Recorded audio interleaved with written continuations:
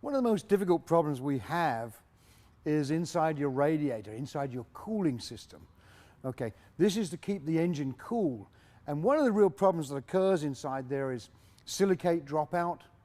Okay, but again, we have the problem of air bubbles inside the system, corrosion that takes place, and then air bubbles that are inside the system. The problem is even worse in diesel engines than it is in cars, in regular automotive engines. Okay, what happens is these air bubbles form inside the system, and then they act as an insulator on the water jacket. They stop the heat from being transferred from the coolant into the outside air. Okay, with a diesel engine, instead of having a complete cylinder head, you have just a little thin sleeve inside the system.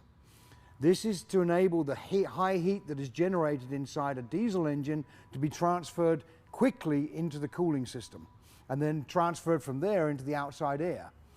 The big problem with diesels and with regular cars is as air bubbles form inside the system, it stops the heat from being transferred. Also, every time an air bubble pops, it removes a minuscule amount of metal, causing cavitation. In a diesel, if you don't put something in there, and even the manufacturers agree with this, you will eat through that piston sleeve.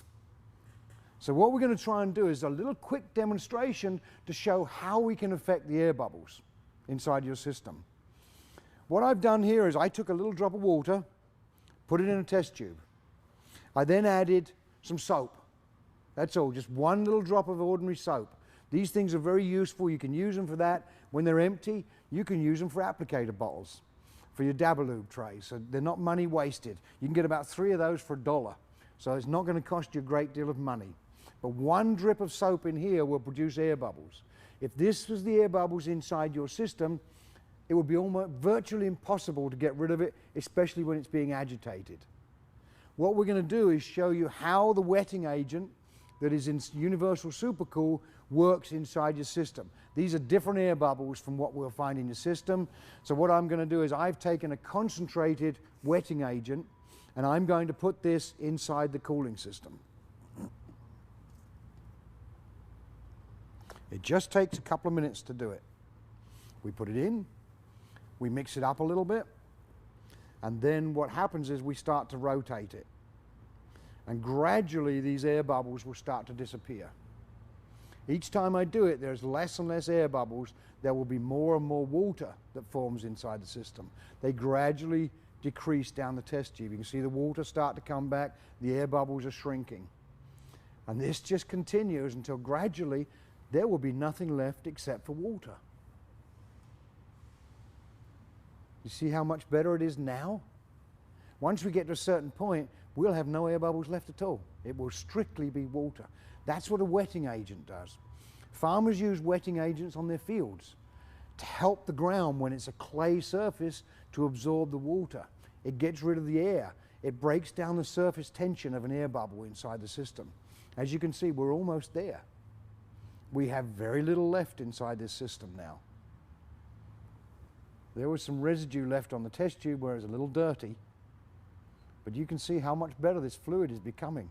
Every time I shake it, there are less and less air bubbles inside the system. We'll be almost completely clear after this one. That is what happens inside your system when you use Supercool. What Supercool is doing, it is removing the bubbles that stop the heat from being transferred in your system. It is stopping the problem that this causes as far as cavitation goes, stopping the wear on your system by removing the air bubbles. Can you see that pretty clearly? There is virtually nothing left now. These few little air bubbles will dissipate and it will be just a clear liquid by the time we finish with it. And that's exactly how Supercool works in there. In addition to that, it will stop silicates from dropping out inside your system. It will stop that sand that drops out of your harder waters, which goes around and will actually sandblast the entire system of your car. That was what wears out the impellers on the pump. It wears out the radiator. It wears out the hoses from the inside. Hoses look new on the outside, but the inside is where all the wear takes place. That is caused by the silicates that are in that fluid. Okay, we stop that from happening. Universal Supercool is good with every coolant that is out there. I don't care if it's gold, pink, purple. I think Mercedes' color of the month is purple this month. This will work with absolutely any one of them, and it works beautifully. Just a quick little demo for you to show your customers, okay?